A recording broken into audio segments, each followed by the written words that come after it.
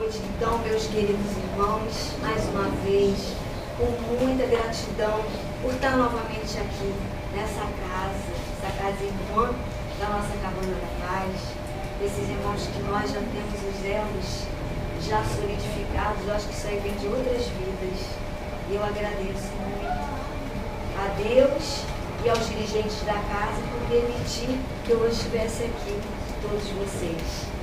Nós vamos iniciar o nosso estudo de hoje lendo uma passagem desse livro aqui, Jesus no Lar. Esse livro é muito interessante, que ele conta várias passagens de Jesus com os discípulos, quando ele se reuniu na casa de Pedro. E aí os discípulos contam a ele, muitas vezes, o que está se passando no coração, suas dúvidas, e Jesus escuta as lamentações, as reclamações, e depois ele vem, ou ele conta uma história, ou ele fecha com uma observação, mas geralmente ele conta uma historinha para dar o fecho. E nós vamos iniciar o nosso estudo de hoje contando essa historinha. Essa historinha já é uma história conhecida, a nossa Rádio Rio de Janeiro, quem é ouvinte já deve ter ouvido, mas ela é muito interessante porque ela é pertinente ao nosso estudo dessa noite. Então ela diz assim: a resposta celeste. Solicitando Bartolomeu esclarecimentos quanto às respostas do alto às súplicas dos homens, respondeu Jesus para elucidação geral. Antigo instrutor dos mandamentos divinos, ia em missão da verdade celeste, de uma aldeia para outra, profundamente distanciadas entre si e fazendo-se acompanhar de um cão amigo, quando anoiteceu, sem que lhe fosse possível prever o número de milhas que separavam do destino. Reparando que a solidão em plena natureza era medonha, ele orou, implorando a proteção do Eterno Pai, e seguiu. Noite fechada e sem luar, percebeu a existência de larga e confortadora cova, à margem da trilha em que avançava, e acariciando o animal que o seguia vigilante, dispôs-se a deitar-se e dormir. Começou a instalar-se, pacientemente, mais espessa nuvem de moscas vorazes o atacou de chofre, obrigando-o a retornar o caminho. O ancião continuou a jornada, quando se lhe deparou volumoso riacho, num trecho em que a estrada se bifurcava. Ponte rústica oferecia passagem pela via principal, e além dela, a terra parecia sedutora, porque mesmo envolvida na sombra noturna, semelhava-se a extenso lençol branco. O santo pregador pretendia ganhar a outra margem, arrastando o companheiro obediente, quando a ponte se desligou das bases, estalando e abatendo-se por inteiro. Sem recursos agora para a travessia, o velhinho seguiu por outro rumo e, encontrando uma robusta árvore, ramalhosa e acolhedora, pensou em abrigar-se. Convenientemente, porque o firmamento anunciava a tempestade pelos trovões longínquos. O vegetal respeitável oferecia asilo fascinante e seguro no próprio tronco aberto. Dispunha-se ao refúgio, mas a ventania começou a soprar tão forte que o tronco vigoroso caiu, partindo sem remissão. Quer dizer, coitado, estava tudo errado na vida dele. Né? A essa altura a gente já estava desesperado. Meu Deus, a água está subindo, o que eu vou fazer? Né? Mas ele continuou. Exposto então à chuva, o peregrino movimentou-se para diante. Depois de aproximadamente 2 milhas, encontrou um casebre rural, mostrando doce luz por dentro, e suspirou aliviado. Bateu a porta. O homem ríspido que veio atender foi claro na negativa, alegando que o sítio não recebia visitas à noite e que não lhe era permitido acolher pessoas estranhas. Por mais que chorasse, e rogasse. O pregador foi constrangido a seguir além. Acomodou-se como pôde, debaixo do temporal, nas cercanias da casinhola campestre. No entanto, a breve espaço, notou que o cão, aterrado pelos relâmpagos sucessivos, fugia ao uivar, perdendo-se nas trevas. Quer dizer, acabou até perdendo o companheirão dele. O velho, agora, sozinho, chorou angustiado, acreditando-se esquecido de Deus, e passou a noite ao relento. Alta madrugada, ouviu gritos e palavrões indistintos, sem poder precisar de onde partiam.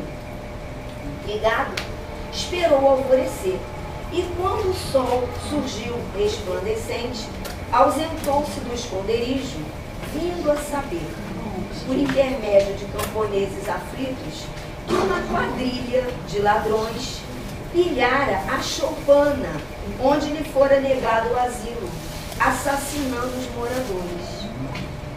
Repentina luz espiritual aflorou-lhe a mente. Compreendeu que a bondade divina o livrara dos malfeitores e que, afastando dele o cão que uivava, lhe garantira a tranquilidade do pouso. Porque, é claro, o cãozinho estava com ele na hora do barulho, o cão ia latir e ele ia ser descoberto. Informando-se de que seguia em trilho oposto à localidade do destino, empreendeu a marcha de regresso para retificar a viagem. E junto à ponte rompida, foi esclarecido por um lavrador de que a terra branca do outro lado não passava de um pântano traiçoeiro, em que muitos viajores imprevidentes haviam sucumbido. Quer dizer, em vez de ser areia movediça, né? O velho agradeceu o salvamento que o pai lhe enviara, e quando alcançou a árvore tombada, um rapazinho observou-lhe que o tronco, dantes acolhedor, era conhecido por vinho de lobos. Muito grato ao Senhor, que tão milagrosamente o ajudara, procurou a cova, onde tentara repouso, e nela encontrou um ninho de perigosas serpentes. Que aí ele falou, agora eu quero ver.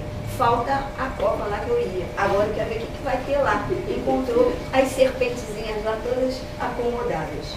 Endereçando infinito reconhecimento ao céu pelas expressões de variado socorro, que não souber entender de pronto, prosseguiu adiante, são e salvo, para desempenho da sua tarefa. Nesse ponto de curiosa narrativa, o mestre fitou Bartolomeu demoradamente e terminou.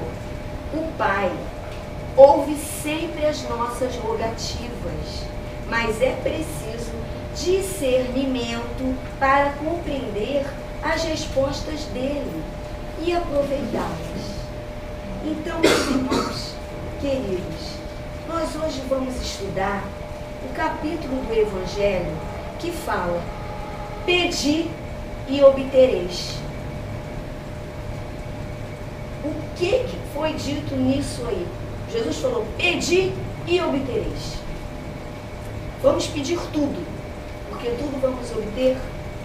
Então vamos estudar hoje para a gente entender, na medida certa, o que Jesus quis dizer com essa frase, quando ele tirou isso de uma passagem lá, acho que é de Mateus. Então vamos lá. Então ele fala o seguinte, está no capítulo 27 do Evangelho segundo o Espiritismo.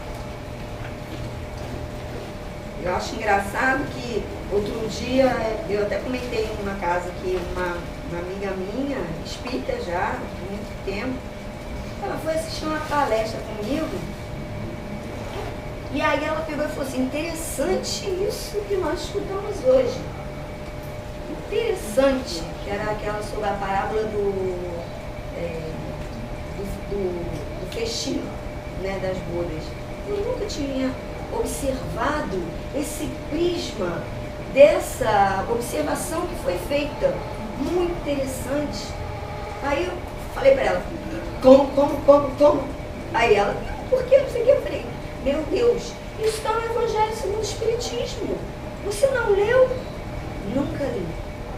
Eu falei, gente, nós temos que ler. Nós temos que nos instruir. O que foi falado para nós? Espíritas, amai-vos e instruí-vos. Foi o que o Espírito da Verdade falou. Por quê? Na medida que a gente se instrui, a gente vai entendendo o porquê que nós estamos passando certas dificuldades, o porquê das nossas dores e os elementos que nós vamos conquistar para superar essas dificuldades. Mas se a gente não estuda, se a gente se acomoda, tudo fica difícil. Aí é quando um fala uma coisa, outro fala outra, outro fala outra, e a gente fica perdido. Quando o roteiro já tinha sido dado pela gente. Então nós realmente somos criaturas muito acomodadas. E a gente às vezes se limita só a ouvir, a ir nos estudos e não cria o hábito de estudar, de fazer a sua parte também. E a gente sabe que quando a gente vem nos estudos, muitas vezes a gente vem do trabalho, vem cansado, às vezes assimila alguma coisa, mas às vezes está um pouco com aquele torpor do cansado, nem tudo a gente assimila. Então a gente tem que ter esse hábito. Então vamos ao estudo. Então diz assim. Nós vamos ler a parte que está em Mateus, capítulo 6, versículos 5 a 8.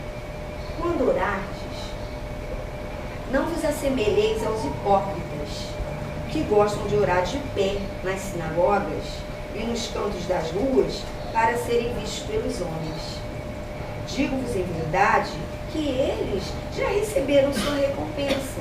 Quando quiserdes orar, entrai para o vosso quarto, fechai a porta, orai a vosso Pai em segredo, e vosso Pai, que vê o que se passa em segredo, vos recompensará. Aí ele continua. 2 homens subiram ao templo para orar. Um era fariseu, o outro era publicano. O fariseu, mantendo-se de pé, orava assim consigo mesmo. Meu Deus, eu rendo-vos graças por não ser como esses outros homens, que são ladrões, que são injustos, que são adúlteros, nem mesmo como esse publicano que está aqui do meu lado, né? Jejuo 2 vezes por semana, dou o dízimo de tudo que possuo. O publicano, ao contrário, conservando-se afastado, não ousava sequer erguer os olhos ao céu, mas batia no peito dizendo, meu Deus, tem piedade de mim, que eu sou um pecador. Declaro-vos que este voltou para sua casa justificado, o publicano, e o outro não. Por quê? Quem se eleva será rebaixado, e aquele que se humilha será elevado. Então, vamos estudar essa passagem aqui do Evangelho. O que quer dizer isso? Realmente, qual a eficácia que tem uma prece quando nós estamos orando e estamos nos achando melhores do que os outros? Eu estou orando, a oração é um ato de humildade. É naquele momento que a gente já está começando, muitas vezes, a perder as nossas esperanças, a nossa fortaleza. E a gente pede socorro, a gente se humilha, e a gente vê a grandeza de Deus e a gente fala, já fiz tudo que foi possível. Estou me entregando. Estou deixando o meu problema. O meu amigo que era evangélico, ele falava isso para mim. Na época eu era novinha, não entendia a essência. Ele falava assim, entrega. Entrega teu problema. Tá com problema, entrega. Deus resolve. Resolve sim. Aí os Espíritos explicam para nós. Resolve. A eficácia da prece, ela é uma coisa que nós não temos condição ainda de avaliar como é poderosa, como é imensurável esse valor. Porém, nós temos que entender como que se processa isso. Então eles começam a falar, ali mesmo, estava o quê? Orar em segredo. Muitas vezes, quando a gente está na casa, que a gente começa, ou até quando a gente já está velhinho mesmo, na casa um tempão, que a pessoa fala, Toninho, faz a prece. Aí o coração, tum, tum, tum, tum, tum, tum, tum. Aí a gente fica, meu Deus, o que eu vou falar? O que eu vou rezar? Oh meu Deus, ai, será que eu vou conjugar o verbo certo? Será que eu vou botar o S no final? E nisso, nós esquecemos do principal, que era orar. Então os Espíritos falam, orar é abrir a alma para Deus. Orar é conversar com Deus, é abrir o nosso coração. Então ele diz aqui, em segredo. Sim, porque como falou ali o exemplo do publicano ali com o fariseu, ele estava orando ali para todo mundo ver. Então é muitas vezes na hora que nós nos equivocamos, que vamos fazer prece em determinados ambientes que são públicos, e a gente está preocupado se as pessoas vão gostar da nossa prece. E muitas vezes a gente acaba e fala assim, fiz a prece direitinho? Quer dizer, nós naquele momento, nós não estávamos preocupados na ligação. Nós estávamos preocupados no que os outros companheiros vão achar da nossa oração. Então é um equívoco. Então quando a gente lê ali aquela passagem ali de Mateus, a gente fala, isso aí não tem nada a ver, porque quando eu faço prece, eu não fico comparando ninguém. Não, mas na medida que a gente faz a prece e está esperando e preocupado se a gente vai falar direitinho, se a gente vai atingir o objetivo, nós estamos inseridos nessa mesma passagem. Porque nós estamos tendo ali presunção, orgulho, querendo que as pessoas falem, pô, sua prece, faça sua prece. Sua prece é tão linda. Pode ser às vezes muito linda, mas será que ela teve um eco? Será que ela atingiu? Isso acontece. Palavras lindas, bonitas.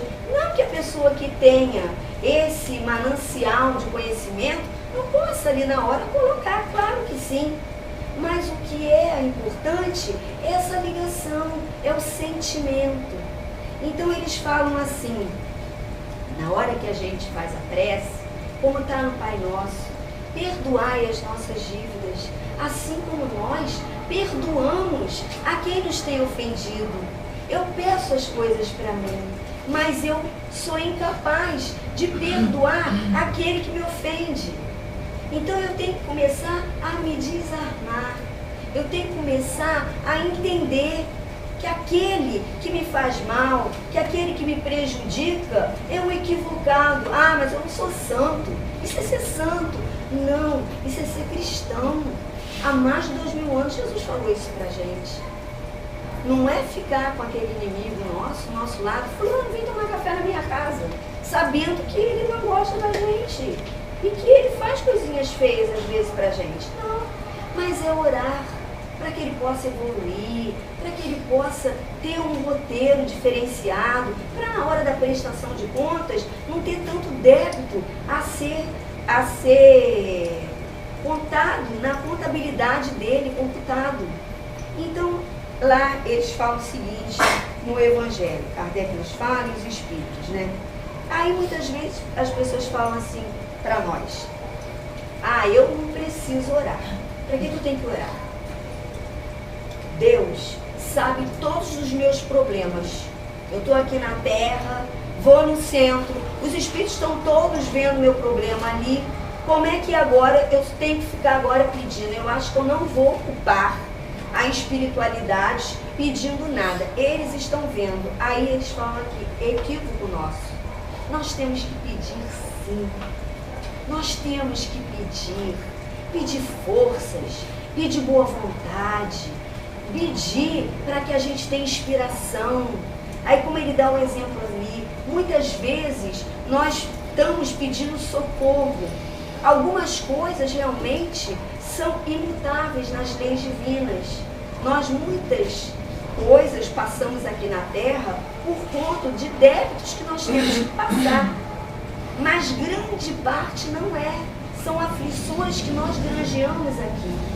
E mesmo as aflições do passado que nós trazemos, na medida que nós vamos nos quedando a espiritualização, procurando vivenciar mais as coisas que Jesus nos forneceu, o material que a gente tem, que os Espíritos nos dão.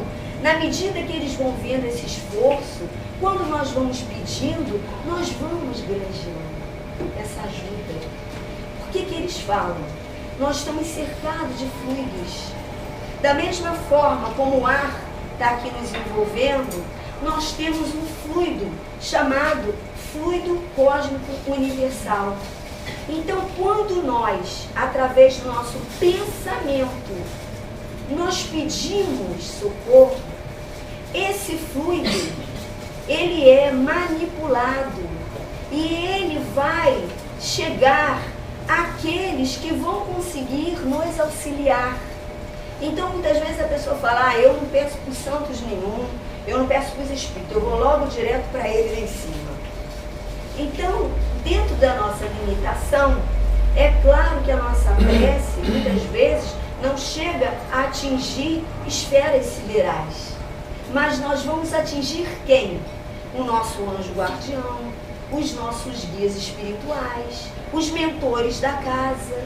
E aí a gente está lá pedindo socorro. Vocês acham que diante disso a espiritualidade vai ficar inerte? Claro que não. Eles vão fazer de tudo para dar uma solução para a gente.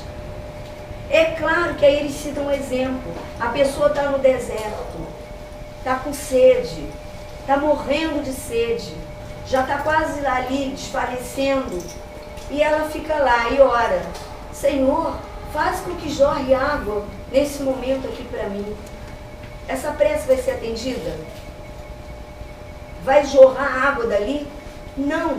Nós temos que ter a nossa parcela. Porque senão as pessoas iam ficar falando pra gente, faz isso, faz aquilo, faz aquilo. Nós seríamos direcionados. Onde estaria o nosso livre-arbítrio aí?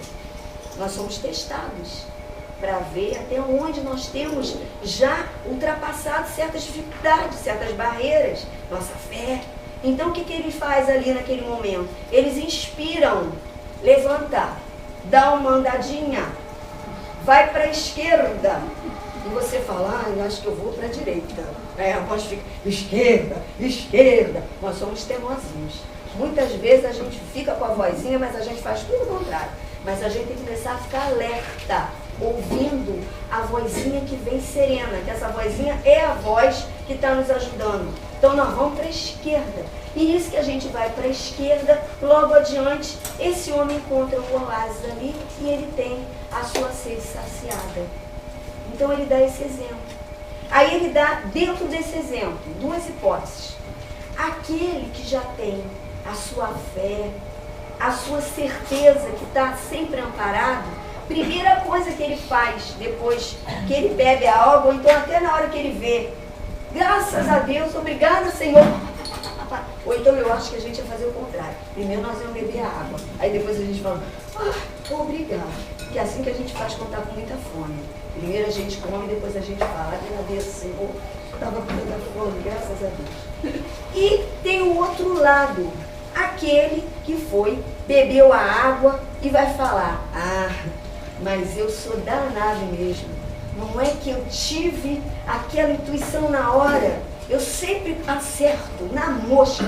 Fui para a esquerda, estava lá o oásis. Esse é aquele que ele ainda não entendeu que nós somos conduzidos, que nós somos orientados, que nós estamos aqui cercados de proteção. Esse fluido cósmico universal, quando nós pedimos, quando nós exercemos a nossa vontade através do nosso pensamento, esse fluido ele é manipulado e ele vai sendo levado a quem vai poder nos socorrer. Eu conto sempre um caso, falo assim, não conta caso pessoal, mas certas coisas a gente tem que contar. Até para mostrar como a gente é pequeno e como a gente é falho. Porque às vezes as pessoas acham que quem faz estudo não tem mais, já está ileso porque já estudou. Não, é todo mundo aqui com débitos horrorosos. E cada um dentro da sua tarefa para tentar se melhorar. Então, muito tempo atrás, eu acho que já contei isso aqui quando era lá naquela casinha lá. Eu estava com um problema muito. Esse consórcio, olha o que eu fui pedir. E eu chorava. estava desesperada, ainda estava assim, e o meu marido não pode saber, né? Pior ainda, né? Porque se soubesse, ficava nervoso. E ali aquele desespero. Aí naquela hora veio a vozinha, como eles são generosos. Devem ter morrido de rir nessa hora, mas não me abandonaram. Aí pegou, veio a vozinha e falou assim, olha o documento do carro. Olha o documento do carro, 3 vezes. Aí eu falei, eu vou olhar o documento do carro, pra quê? O carro está alienado, eu não posso vender esse carro. Aí, olha o documento do carro. Aí eu peguei, parei imediatamente, falei, tudo bem, vou lá olhar. Peguei o documento do carro. Quando eu peguei o documento do carro, não sei o que houve um erro. E na hora que a empresa lá do consórcio foi me dar o documento, ela não colocou que ele estava alienado ao consórcio, ele estava ali. Então, o que eu fiz? Gente, chorei tanto nessa hora. Falei, Senhor, me perdoa que eu pedi para ganhar na loteria. Porque aí veio o orgulho, né? Eu vou ter que vender o carro, porque no fundo eu não queria vender, porque era um carro bonitinho. E eu nunca tinha tido um carro bonitinho, eu estava muito contente com ele.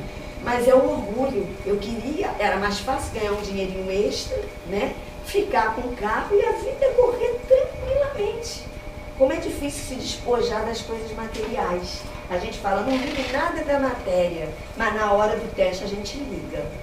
Liga sim. E aí eu fiquei, nessa hora eu falei, meu Deus, obrigada, meu Deus. Aí agradeci, pedi perdão, claro, porque eu recebi a lição, na hora eu entendi direitinho. No dia seguinte, fui numa loja, a primeira loja que eu fui, comprar um carro, como se ele tivesse quitado realmente, peguei aquele dinheiro, fui direto no consórcio, né?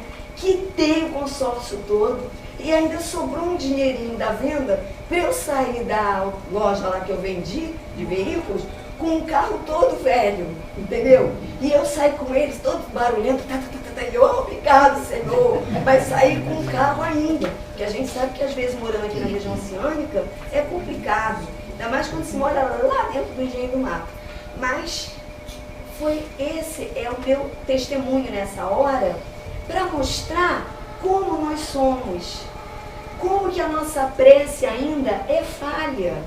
A gente quando pede, quando a gente ora dando a solução já para a espiritualidade. Eu quero que resolva o meu problema, mas eu quero isso. A gente já fala, dá para fazer isso, dá para acontecer, dá para ver isso com a gente. Não, o que vai ser nos dado são as ferramentas para você sair daquela situação. Como você vai superar aquele problema? Essa é a eficácia da prece. E é isso que a gente tem que começar a fazer. Aí eles falam ali, então sempre vamos pedir.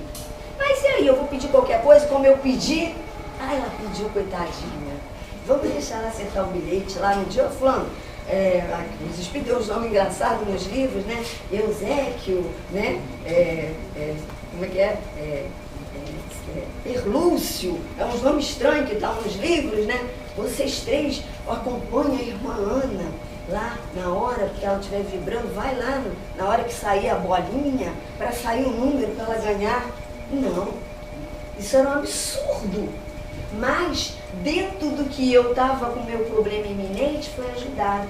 E é assim, quando a gente precisa de um emprego, que a gente está numa dificuldade danada, um emprego que a gente gostaria de ter, ele não vem, mas aparece uma porta. Muitas vezes o emprego é bem aquém do que nós estávamos, mas é um paliativo, temporário, para a gente ter força. Porque a pior coisa que tem também é você ficar ocioso. Então eles vão dando esses elementos para nós conseguirmos nos superar. Essa é a eficácia da prece. Então ele fala o seguinte, também, nós não podemos ser passivos, nós temos que agir, né? Temos o nosso livre-arbítrio dentro do que vai ser nos inspirado, que eu podia, por exemplo, nesse exemplo que eu dei, falar assim, ai, que beleza, mas eu vou aguentar mais uns meses, porque o meu carro é tão bonitinho, que realmente foi muito difícil aquele ato ali, porque o orgulho já estava entranhado. É muito difícil quando você está num padrão, você de repente ter uma queda. Quando você está sempre num padrão um pouco abaixo, e você consegue melhorar o seu padrão, é ótimo. Você teve suas experiências, você vai melhorando, tá tudo bem. Mas quando você está num padrão mais alto e você começa a ter quedas, é um teste muito difícil, é um teste doloroso. E a gente tem que ter forças através da oração, porque os Espíritos estão nos olhando sim. Então é as nossas dores, é a nossa doença. Às vezes nós temos uma doença, a doença é incurável. Não tem jeito, nós trouxemos no nosso perispírito aquela marquinha. Então foi falado, olha, você vai ficar até 50, 60 anos, vai estar tudo bem, mas você está com essa marquinha. Quando chegar com essa idade, isso aí vai florescer, porque você precisa passar por essa dificuldade, porque na outra vida aconteceu isso, e a gente vem com a marquinha. Passa 60 anos da nossa vida bem. E a gente depois, quando tem aquela marquinha, fala, Deus me abandonou. Por que eu estou com essa doença? Por que não está me ajudando? Mas estão ajudando. Estão minimizando as dores. Quantos amigos nossos que fazem quimioterapia e o efeito é bem suave. Quando outras pessoas quase desencarnam por causa dos efeitos colaterais. Então eles, muitas vezes, como falar, a lei é imutável. Muita coisa nós temos que passar, sim, mas na medida que nós estamos nos esforçando, a espiritualidade benfazeja, ela vai minimizando as nossas dores, para que a gente tenha força. Porque a gente, quando encarna, a gente esquece. É aqui a nossa morada verdadeira? Não. Mas quando a gente chega aqui, o que acontece? Ai, se Deus me permitir, vou viver até 100 anos, né? Ai, tá tudo, não, lá tudo bem, mas se eu puder ficar aqui, melhor. Porque a gente tem medo do além. A gente tem medo do que está esperando a gente lá. A gente pensa, será que eu vou para um umbral? Né? Ai, meu Deus, eu vou para um umbral. Aí um fala, olha, se você for para o umbral, tá bem. Pior é se você for lá para baixo do umbral, nas trevas, meu Deus, né? Morrendo de medo, né? Então, esse temor da morte faz com que a gente realmente esqueça que nós estamos aqui de passagem. A gente tem que sempre lembrar quantos livros nos falam. Fulano, você já está aqui há 80 anos. Está na hora, meu irmão, de você voltar para ver se você agora vai conseguir ir direitinho na sua trilha. Aí o irmão Eustáquio fala lá, pelo amor de Deus, deixa eu ficar mais um tempinho, aqui está tão bom, eu não quero voltar para a terra. Eu não quero. Não, você tem que ir, vai. Aí a gente vem, porque a gente tem que vir. Aí a gente chega aqui. Não queria vir, mas veio. Quando veio, quer voltar. Gostamos. Mas quando a gente começa a lembrar, esse mundo é de provas e expiações, quanta tristeza, quantas dificuldades. Estamos nos preparando para um mundo de regeneração. Vamos desencarnar, mas deveremos retornar. E se retornarmos, estaremos já entrando no mundo de regeneração. E se retornarmos, quantos de nós já está do lado de lá? Quando a gente é jovem, a gente não pensa muito nisso. Mas a gente vai ficando mais velhinho, é tanto amado que já está do lado de lá, que a gente começa a ficar assim, ah, meu Deus, fica dividido. E o número aqui vai diminuindo, lá está crescendo, já foi uma porção. Quanto mais velho, mais os outros já estão indo. E a gente fala, está chegando. Um amigo meu outro dia falou, nossa geração chegou, hein? Agora é a nossa leva. E é verdade, está chegando a nossa leva. E a gente tem que estar preparado para isso. Mas orando, agradecendo a irmã Dor, como Francisco de Assis nos ensinou. Bendita irmã Dor. Ai, que masoquismo, bendita irmã Dor. Não, claro que a dor é dor, o nome já diz dor, é uma coisa intensa. Mas ela é bendita quando a gente sabe o porquê que nós estamos com ela. E ela é amenizada quando nós somos auxiliados pelos amigos espirituais. Maior prova ele nos deu quando ele esteve aqui. Ele falou, não vou deixar vocês desamparados. Os discípulos todos chorando lá na Santa Ceia, naquela cena ali no cenáculo. Mestre, pelo amor de Deus, não me diga isso. Você vai nos deixar, pelo amor de Deus. Ele falou, calma gente, eu vou. Mas eu vou trazer um consolador para vocês. Vai vir o consolador. E os espíritos falam, de tempos em tempos, eles mandam espíritos generosos para vir nos lembrar o que é ter força. Nós aqui no Brasil tivemos o exemplo do grande missionário que foi o Chico Xavier, que ia, o filme retratou para a gente, muitas vezes antes de ir lá para psicografar, saía sangue dos seus olhos. Se fosse um de nós, o que a gente ia falar? Ah, pelo amor de Deus, que é isso, hein, Emanuel? Eu aqui, cadê Bezerra? Onde é que ele está? Que está ajudando todo mundo e eu aqui, com meus olhos saindo sangue. Faça favor, dá uma curadinha aqui para eu poder ir lá psicografar. No entanto, não aconteceu isso. Emanuel falou para ele o quê? Mas eu estou doente, meus olhos estão sangrando, tudo bem, limpa e vai para o trabalho. Ele já tinha um conhecimento espiritual suficiente para saber que aquilo era necessário para ele e para nós. Porque talvez nem tanto para ele, mas para nós. Porque hoje, quando a gente passa pela Irmandor, que a gente vê esses exemplos, a gente vê gente, e ela aquela candura, estava ali caquético já, sem força, mas estava lá esperando todo mundo para beijar a mão dele. Todo mundo ali querendo olhar, pegar, usufruir um pouquinho daquela psicosfera que aquele espírito tinha. Então Jesus nos permite isso, missionários que vêm.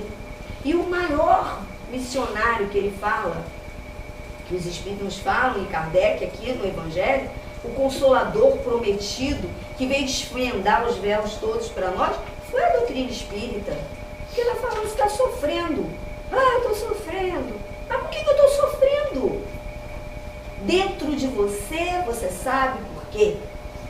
Aí você fala, realmente, a minha índole. Ah, meu filho não me tolera. Eu tenho alguma coisa com meu filho. Por que será que eu tenho alguma coisa com meu filho e meu filho não me tolera?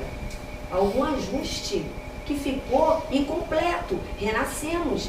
Vamos ajustar, porque somos espíritas. Sabemos que aquilo ali não é por acaso. Já não podemos fazer. A porta da rua é serventia da casa. Saia. Sua presença está me incomodando. Se a gente fizer isso, o que vai acontecer? Transferimos o que nós viemos fazer. Então a doutrina é essa consolação. E esse orar e vigiar acaba agora, né, 9 horas. É impressionante como eu nunca consigo falar as coisas. Faço tanto papelzinho, já não pela metade, né? Mas aí eu vou falar rápido, né? Então ele diz que nós temos a nossa razão, a nossa inteligência, a nossa boa vontade para orar. Então, dependendo do pedido, dependendo do nosso mérito, do que nós estamos pedindo, os mentores espirituais ajudam. Naquela lição aqui que nós lemos que Jesus passou, o que aconteceu? O velhinho era um missionário. Ele ia levar a palavra de Deus aos lugares mais distantes. E o que foi feito? Ele foi justamente protegido em todos os lugares que ele estava passando. Na hora ele até baqueou. Somos humanos. Muitas vezes a gente fala, meu Deus, eu não estou mais aguentando. Meu Deus, o que está acontecendo? O que é isso? Né? Mas se a gente tem essa vontade, essa fé, a resposta vem. É quando a gente ora e a gente sente como se a gente estivesse dilatando. Nossos fluidos, eles se alastram e a gente começa a perceber que nós estamos amparados. E vem aquela coisa serena e fala, calma, vai dar certo. Calma, você vai ter uma inspiração. E às vezes é uma coisa assim, rapidamente você já tem aquela resposta do que você estava passando. Mas você precisava ser, às vezes, dentro do seu livre-arbítrio, fazer essa opção. Até que ponto a minha fé agora está solidificada? Até que ponto, mas para que eu estou sendo testado? Mas porque eu reencarnei, meu Deus. Reencarnei, estava lá, fiquei lá na escola toda, lá no plano espiritual. Fui para Jardim A, Jardim B, Jardim C, né? Fiz lá a universidade, reencarnei. E aí? Vim testar. Será que agora eu melhorei? Será que agora eu vou acertar? E é por isso que nós estamos aqui. Então, meus irmãos, eles dizem, quando nós estamos juntos, como hoje estamos aqui, quando nós fizermos a prece, Essa prece coletiva, ela tem uma amplidão, uma amplitude que a gente não tem condição de imaginar. Então, tudo que se faz coletivamente tem uma eficácia maior. E uma coisa interessante que a gente às vezes falha, muitas vezes a pessoa fala, Aninha, faz a prece. Aí a Aninha vem fazer a prece. Aí a Aninha está fazendo a prece. Aí eu tô lá, aí eu fico, meu Deus, me ajuda. Meu Deus, eu tô com esse problema. Meu Deus, olha a minha casa. Meu Deus, olha o meu emprego. Meu Deus, a minha chefe está implicando comigo. Meu Deus, aquela mulher insuportável. Meu Deus, olha comigo. Acabou a prece, a Aninha acabou a prece. A minha prece, ela não atingiu o objetivo. Porque nessa hora é uma coisa que nós temos que aprender. Nós temos que viajar na prece que ela está fazendo. Então ela fala, Senhor Jesus, a gente, Senhor Jesus, repetindo o que ela está falando, para a gente criar justamente essa atmosfera e essa expansão de fluidos com o mesmo objetivo. Porque é claro que todos nós aqui com os nossos mentores, com os nossos amigos espirituais, eles estão nos olhando. Está olhando você, está olhando ele, está olhando você, está olhando todos nós, sem que a gente precise falar. Nessa hora a gente não precisa pedir socorro. Eles estão aqui nos olhando. Nessa prece, ela tem que ser conduzida por alguém, para que a gente possa atingir o objetivo. Qual é o objetivo? A unir forças, fluidos, para levarmos para os nossos lares, para enfrentarmos o nosso dia a dia. Quando chegarmos nas nossas casas, enfrentarmos os problemas que lá estão, saímos da nossa casa. E outra coisa que eu vou falar rapidinho, que eles falam aqui, o Santo Agostinho dá uma mensagem também, quem puder depois ler, que é tão bonito esse capítulo, ele fala que a gente tem que começar a ter o hábito de orar, não só de noite não, de manhã. Não vamos levantar das nossas camas antes de orar. Nem que seja, Senhor, obrigado, ai meu Deus, acordei, obrigado Senhor, porque muitas vezes não dá tempo, que a gente deixa o relógio para despertar na hora mesmo exata de sair, para a gente não perder nem um minutinho do sono. Claro, a gente quer dormir, né? Então, mas pelo menos isso, Senhor, me ajuda, me proteja, me ilumina e levanta. E à noite fazer a nossa oração. Para terminar, não vai dar tempo realmente, vamos ler o capítulo. Eu trouxe uma historinha aqui para fechar, que também muitos aqui já devem conhecer, que é do Momento Espírita. Esse aqui é o volume 3. Fala assim, aprendendo a orar. Um homem, também já falei isso na outra casa, ficou muito enfermo e sua filha, preocupada, pediu a um amigo que fosse conversar com ele.